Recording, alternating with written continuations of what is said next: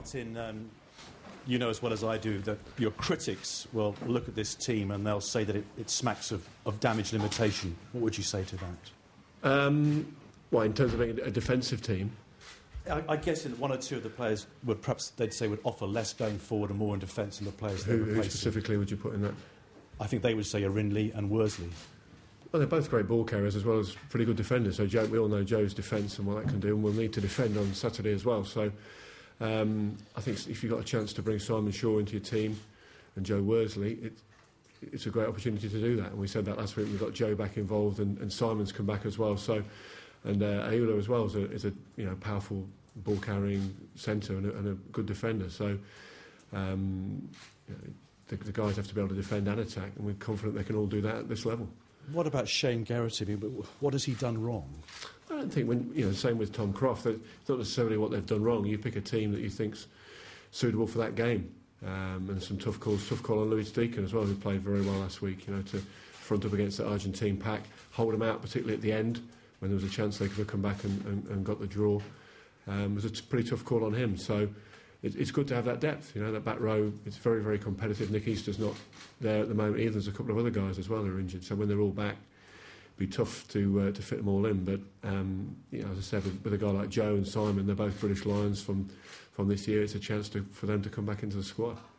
You've seen things on the training pitch that we haven't seen, but Ayula Rindley starting at 12, a specialist position. I know he's played there for Leicester, but that was a bit of a patched-up midfield at the time. I mean, it's a bit of a gamble. Patched-up midfield that got to European Cup final. True. So it wasn't. He's played at the highest level. He's played. He played with Danny in Europe last year, won the championship with Leicester and got to European Cup final. So it's been proven at a pretty high level.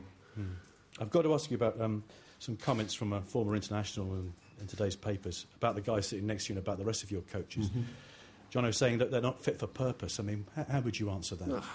We get on with what you do. If you have a bad performance, and let's not forget we won the game. I think we lost with some of the reaction that's gone on. People will pipe up with an opinion. So we just get on with what we're doing. We know we've got an improvement that we can get out of this team, a big improvement out of this group. So we take it with a little bit of a pinch of salt. How much does the team feel that pressure that's coming on you, and from the criticism from the press, from former players? What sort of an impact does that have on you? I think it's there. You can't deny it's there. But you said all the time that dealing with pressure is what playing at Test match level is all about. We won a Test match. We didn't play as well as we could do. We dug ourselves out of a bit of a hole to beat Argentina, who are ranked 4 in the world. But it's there. You just have to deal with it.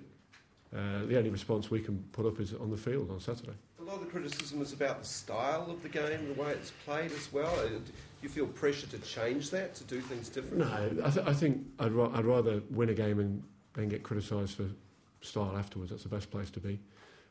It's ultimately about winning the matches, particularly if you're talking about last Saturday. We've put our hands up, so we were probably a little bit conservative in the first half, carried on when we should have held on to some ball, and the players recognise that. And the coaches take that. We're to blame for that probably a little bit, but we fixed it at half time. That's the most important thing. It was a little bit later than it should have been, but we got it fixed and we got back and to get that win from where we were. Whatever's happened in the hour leading up to that, or the 78 minutes to leading up to where you are, you've got to deal with it, and we dealt with it and got the game won, which was the important thing. So, I was a bit disappointed and frustrated afterwards with the game, and John said to me, look, last time we were here we got beaten by Argentina, with probably a more experienced side on the field than we had on Saturday. The last time we played them away we got beaten by Argentina, so ultimately the guys came back and won the match. Now if we did that on Saturday, there'd be a lot of happy people in Twickenham. New Zealand's aura, does it still exist as someone who's beaten them home and away as a player? Do you think they still have this aura? Well, the aura is, if it's there, it's because they're a good team. I don't know who you're referring to in terms of questioning it, but they don't lose a lot of matches. And that's because they're always up there. A bad New Zealand team is 2 or 3 in the world. That's the consistency that they have, and they're always setting the standard. So that's the challenge. When you play them, if you can, as a British and Irish player, if you can win a Test match against the All Blacks, it puts you in a pretty exclusive club. And our guys know that, and they know they're going to have to play better on Saturday than they did last Saturday to win the game. But ultimately, if we came through with a dogged performance and got the win, I don't think many people would really worry how we did it. I played in a team that beat them 15-9 or something at Twickenham in '93, and everyone thought it was the greatest performance I'd seen in many a year. But sometimes that's the way the game goes. Yes, we'd all like to play in a exciting, game that's full of movement and drama. But when you get out there, you've got to do what you need to do. You had to sum up their mood this week in a few short sentences. I think determined is a good word. It's a united group of players, and they're determined. They know they can play better. They know they have to play better.